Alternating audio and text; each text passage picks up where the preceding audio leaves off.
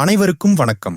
இப்போதெல்லாம் சமூக வலைத்தளங்களில் அதிகம் பேசப்படும் ஒரு தலைப்பு நோ கான்டாக்ட். ஒரு உறவு முறிந்த பிறகு உங்கள் முன்னாள் காதலரையோ அல்லது காதலியையோ தொடர்பு கொள்வதை தவிர்ப்பதுதான் இது. ஆனால் இது உங்கள் முன்னாள் துணையின் மூளையை எப்படி பாதிக்கிறது என்று நீங்கள் எப்போதாவது யோசித்திருக்கிறீர்களா? இது ஒரு பழிவாங்கும் உத்தி அல்ல, மாறாக உங்களுக்கும் உங்கள் முன்னாள் துணைக்கும் நன்மை பயக்கும் ஒரு உளவியல் நடவடிக்கை. இன்று நோ கான்டாக்ட் உங்கள் முன்னாள் துணையின் மூளையை 6 வழிகளில் எப்படி பாதிக்கிறது என்பதை பற்றி ஆழமாக பார்ப்போம். ஆர்வம் தூண்டப்படுகிறது. நோ கான்டாக்டில் நீங்கள் இருக்கும்போது உங்கள் முன்னாள் துணைக்கு முதலில் தோன்றும் கேள்வி, ஏன் அவர்கள் என்னை தொடர்பு கொள்ளவில்லை என்பதுதான். வழக்கமாக தொடர்பில் இருந்த ஒரு நபர் திடீரென அமைதியாகும்போது மனித மூளைக்கு அது ஒரு புதிராக அமைகிறது. இந்த ஆர்வம் நீங்கள் எப்படி இருக்கிறீர்கள், என்ன செய்கிறீர்கள் என்பதை பற்றி அவர்கள் சிந்திக்கத் தூண்டும். இந்த திடீர் இடைவெளி அவர்களுக்கு ஒருவித குழப்பத்தையும் உங்களைப் பற்றிய கேள்விகளையும் எழுப்பும். இது உங்கள் நினைவுகளை அவர்களின் மனதில் புதுப்பிக்கிறது. உங்கள் மதிப்பு அதிகரிக்கிறது. ஒரு விஷயம் எளிதாக கிடைக்கும்போது அதன் மதிப்பு குறைவதாக மனித மூளை நினைக்கிறது.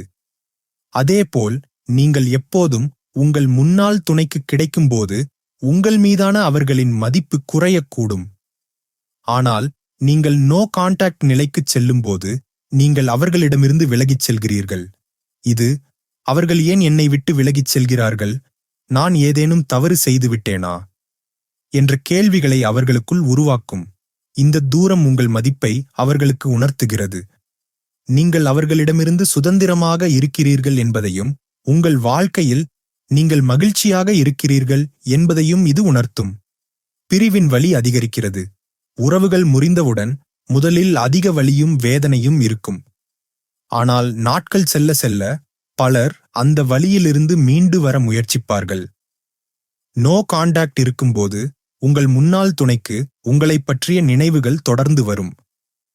அவர்களால் உங்களை அடைய முடியாத போது அந்த பிரிவின் வலி இன்னும் தீவிரமடையும். இது நீங்கள் அவர்களின் வாழ்க்கையில் எவ்வளவு முக்கியமானவர் என்பதை அவர்களுக்கு உணர்த்தும். நாம் இழந்துவிட்ட ஒரு விஷயத்தின் மீது மனித மூளைக்கு இயல்பாகவே அதிக ஆர்வம் இருக்கும். இழப்பு பயம் அதிகரிக்கிறது. நோ கான்டாக்டின் முக்கிய விளைவுகளில் ஒன்று, உங்கள் முன்னாள் துணைக்கு உங்களை நிரந்தரமாக இழந்து விடுவோமோ என்ற பயம் ஏற்படுவது. நீங்கள் அவர்களை தொடர்பு கொள்ளாததால் நீங்கள் முன்னெப்போதும் இல்லாத அளவுக்கு அவர்களின் மனதில் உறுதியாக இருப்பீர்கள். உங்கள் வாழ்க்கையில் நீங்கள் முன்னேறிவிட்டீர்கள், அவர்களைப் பற்றி கவலைப்படவில்லை என்று அவர்கள் நினைக்கலாம். இந்த இழப்பு பயம் உங்களை திரும்பப் பெறுவதற்கான ஒரு தேவையை அவர்களுக்குள் உருவாக்கலாம். மனித மூளை தான் இழந்த அல்லது இழக்கக்கூடிய ஒரு விஷயத்தைப் பற்றி அதிகம் சிந்திக்கிறது. நினைவுகள் புத்துயிர் பெறுகின்றன. நோ கான்டாக்ட் இருக்கும்போது உங்கள் முன்னாள் துணைக்கு உங்களைப் பற்றிய இனிமையான நினைவுகள் திரும்ப வர ஆரம்பிக்கும். நீங்கள் ஒன்றாகச் செலவழித்த தருணங்கள், உங்கள் குணாதிசயங்கள், நீங்கள் அவர்களுக்கு அளித்த மகிழ்ச்சி போன்றவற்றை அவர்கள் நினைத்துப் பார்க்கத் தொடங்குவார்கள். இந்த நினைவுகள் அவர்களின் மனதில் ஒரு ஏக்கத்தையும் உங்களது முக்கியத்துவத்தையும் மீண்டும் ஒருமுறை எடுத்துரைக்கும். ஒரு உறவில் இருந்தபோது நாம் பெரிதாக கவனிக்காத விஷயங்கள் அது முறிந்த பிறகு முக்கியமானதாகத் தோன்றும். சுய பிரதிபலிப்பு தொடங்குகிறது. நோ கான்டாக்ட் என்பது உங்கள் முன்னாள் துணைக்கு தங்களை தாங்களே பிரதிபலித்துக் கொள்ள ஒரு வாய்ப்பை வழங்குகிறது. உறவு ஏன் முறிந்தது, அவர்களின் தவறுகள் என்ன, உங்களை திரும்பப் பெற அவர்கள் என்ன செய்ய வேண்டும் என்று அவர்கள் யோசிக்கத் தொடங்குவார்கள். இந்த சுய பிரதிபலிப்பு அவர்களுக்கு ஒரு சிறந்த நபராக மாறவும் கடந்தகால தவறுகளைத் திருத்தவும் உதவும்.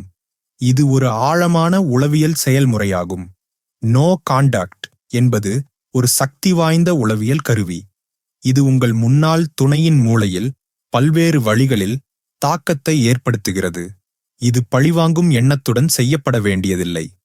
மாறாக உங்களுக்கும் உங்கள் முன்னாள் துணைக்கும் இடையில் ஒரு ஆரோக்கியமான தூரத்தை உருவாக்கவும் இருவருக்கும் சுய பிரதிபலிப்புக்கு நேரம் கொடுக்கவும் இது உதவும்.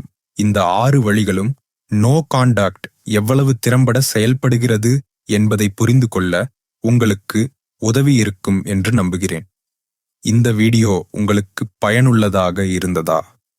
உங்கள் கருத்துக்களை கீழே உள்ள கமெண்ட் பகுதியில் தெரிவியுங்கள். அடுத்த வீடியோவில் சந்திப்போம்.